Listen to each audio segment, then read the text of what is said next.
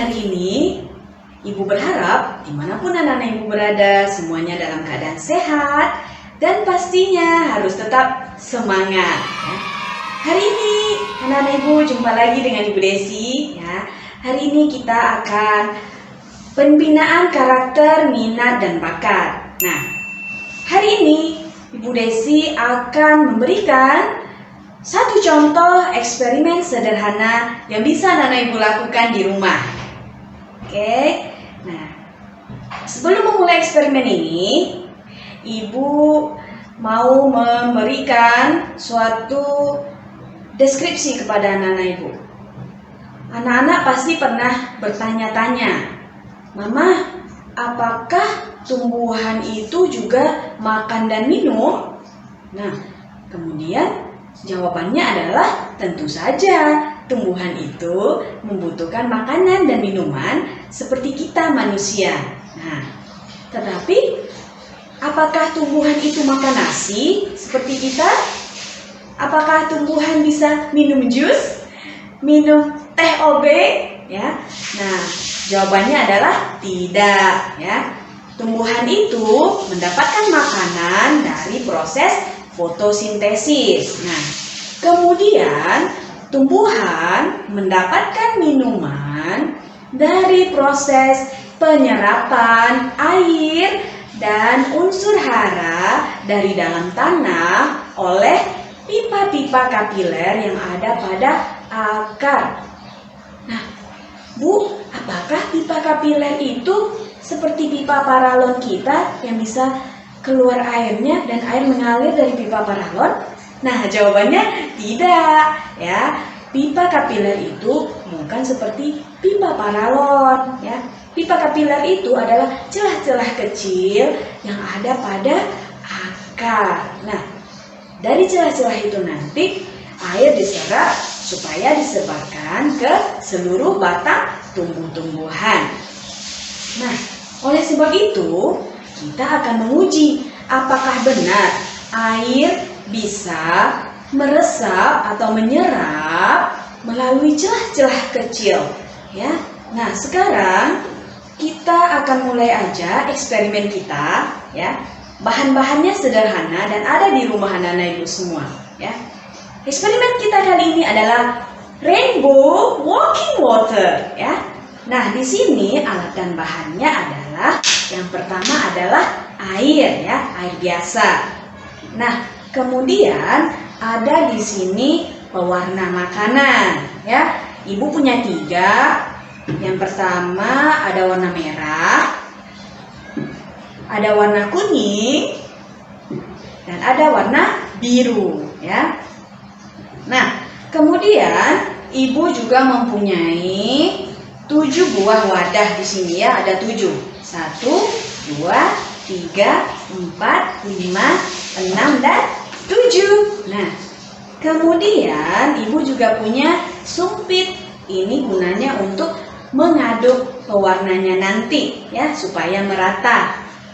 Anak-anak juga bisa menggunakan sendok atau lidi, ya, boleh. Kemudian Ibu juga mempunyai tisu, ya. Anak-anak Ibu bisa gunakan tisu yang ada di rumah. Nah, tisu ini sudah Ibu lipat, ya. Nih, ya, tisunya sudah Ibu lipat. Ibu lipat 3 aja. Nah, ya, jadi sudah Ibu lipat semuanya. Tisu-tisunya sudah Ibu lipat. Oke, kita mulai saja eksperimen kita yang pertama ini. Oke, langkah yang pertama adalah kita masukkan air ke dalam wadah 3/4, ya, 3/4 wadahnya. Jadi anak-anak Ibu jangan diisi semua wadahnya. Kita mengisi wadah yang angkanya ganjil. 1, 3, 5, dan 7, ya. Kita isi yang wadah ganjil 3/4.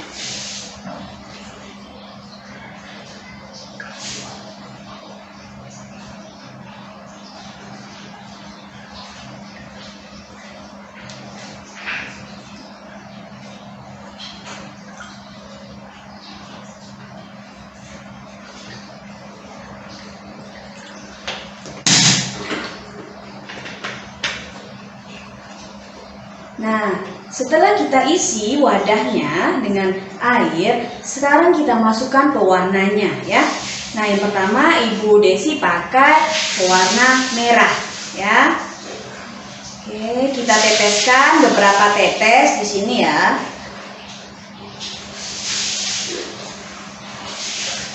Kemudian Ibu Desi kasih di wadah yang ketujuh, warna merah.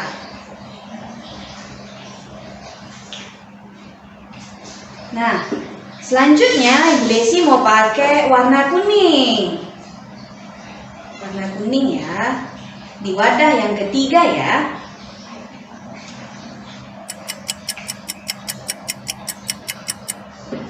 Oke, yang terakhir adalah warna biru. Kita letakkan di wadah yang kelima. Nah, kalau sudah kita masukkan ke dalam wadahnya, kita aduk-aduk ya, supaya pewarnanya merata.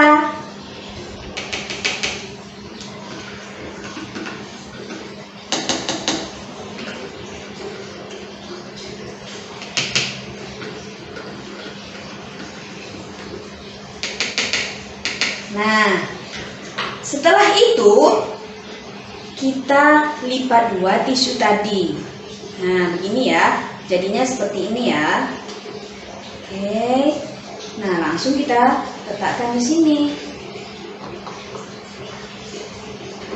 Oke, nah selanjutnya di wadah kuning.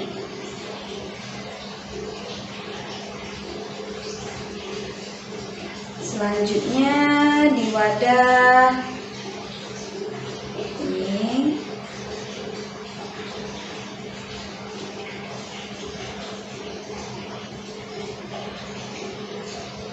Oke.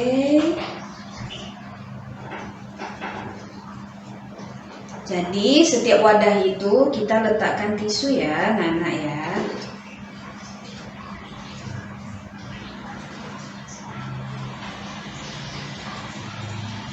Nah, semua tisu-tisu ini sudah Ibu letakkan di sini ya.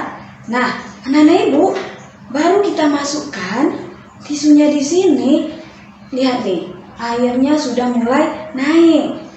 Nah, anak-anak Ibu bisa lihat sendiri kan, airnya sudah mulai naik, menyerap, tisunya menyerap air yang sudah berwarna ini. Nah, kita lihat ya, perhatikan dengan baik. Nah, nanti anak-anak Ibu akan lihat apa yang akan terjadi setelah 30 menit ya. Nanti kita lihat setelah 30 menit atau 1 jam, nanti akan kita lihat apa yang akan terjadi dengan air-air ini. Oke, kita tunggu 30 menit ya. Tada! Anak-anak Ibu bisa lihat kan, yang berwarna merah cairannya menjadi berkurang. Nah, yang kuning juga seperti itu kan. Nah, pindah ke wadah yang nomor 2. Pencampuran antara merah dengan kuning menghasilkan warna orange ya. Nah, kemudian kita lihat lagi ke sini. Wadah nomor 4 tadi kosong, sekarang sudah terisi ya. Itu akibat pencampuran warna antara kuning dengan biru. Hasilnya adalah hijau ya. Kemudian di sini biru, di sini merah, dan hasilnya adalah ungu ya atau lila ya.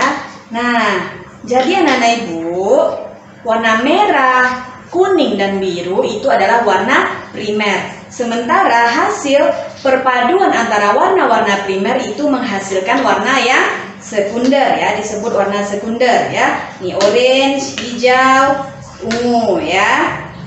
Nah, anak-anak Ibu, setelah kita melakukan eksperimen ini, terbukti kalau air itu bisa menyerap melalui celah-celah kecil ya, atau pipa-pipa kapiler ya, yang biasa disebut dengan daya kapilaritas ya. Jadi kalau kita melakukan hal eksperimen yang seperti ini, itu menunjukkan kalau kapilaritas berlaku pada celah-celah kecil dan pipa-pipa kapiler yang kecil.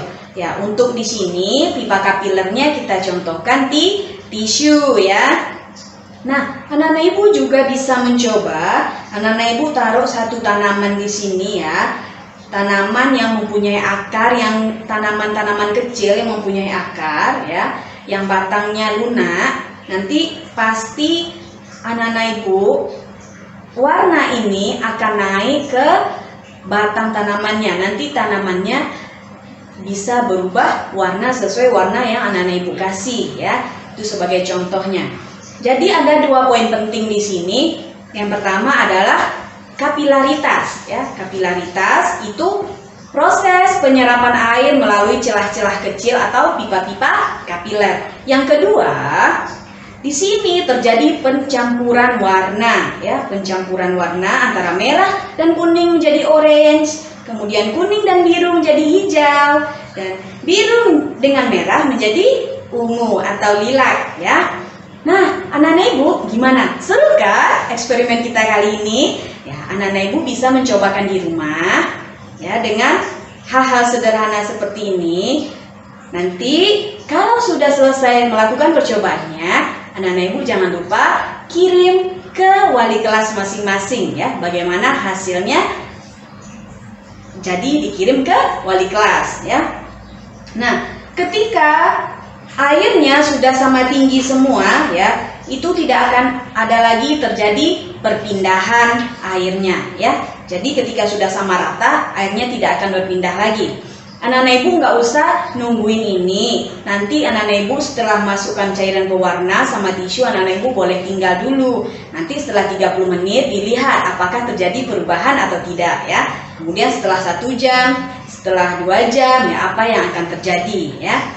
Nah, kemudian proses penyerapan ini juga tergantung kepada tisu yang anak-anak ibu gunakan ya. Semakin tipis tisunya, maka proses penyerapannya akan semakin cepat. Oke, cobakan di rumah ya. Nanti anak-anak ibu bisa tunjukkan kalau anak-anak ibu bisa melakukan eksperimen ini. Oke, terima kasih untuk perhatiannya. Selamat pagi. Bye-bye.